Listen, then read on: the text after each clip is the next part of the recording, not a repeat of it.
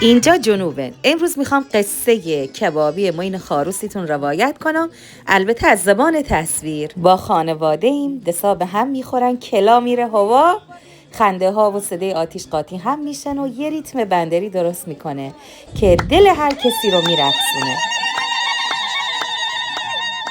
این لحظه ها نابترین لحظه های جنوبه، پر از شور، شادی و نفس دریا. بریم با هم ببینیم. سیلتی کردم فاطمه بی بر خاله بی بر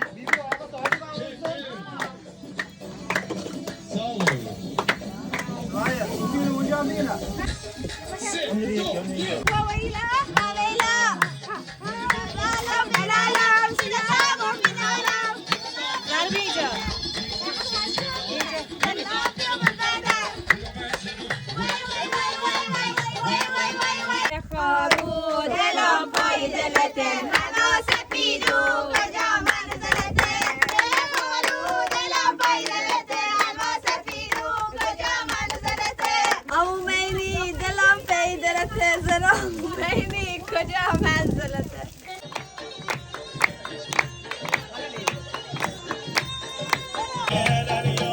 یا میواده مازون بعد نیمه شطوری سینی بارا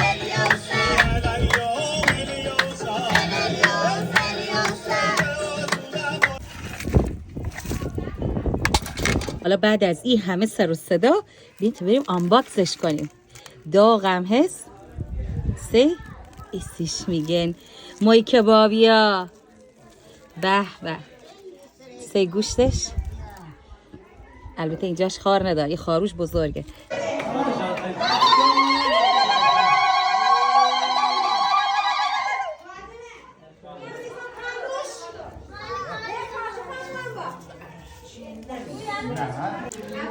ای بزهر